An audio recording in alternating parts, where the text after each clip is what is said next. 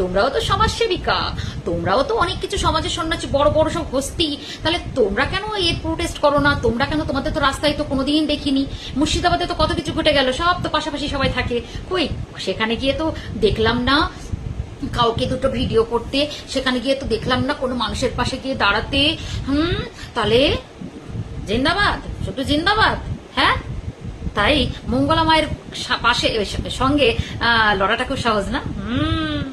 তাই তো ছোটখাটো চুনিপুটিদের নিয়ে ব্যবসা করতে বসেছে এখানে, আর তারা আবার মঙ্গলা মাকে বলছে কৈফিয়ত দিতে হবে, তোকে তুই এই কাজটা করে দেখা, তুই ওই কাজটা করে দেখা। ছি ছি ছি ছি ছি। এই প্রশ্নগুলো যখন একজনকে করে তখন ভাবে না যে আমরা কি করছি। যা না, আমার ভিডিওগুলো দেখিয়ে যা, প্রত্যেক সমাজের প্রত্যেকটা ঘটে যাওয়া মুহূর্তগুলোকে আমি তুলে ধরি, আর প্রত্যেকটা কিন্তু যুক্তি দিয়ে বোঝায়, যুক্তিযুক্ত ভাবে বোঝায়। তোদের মতো এরকম নোংরা ভাবে না। তাই জন্যে আমার কেন মনে হলো যে এরা যখন মঙ্গলা মাকে মানে প্রশ্ন করে, তাহলে নিজের দিকে কেন তাকায় না? ভাবলাম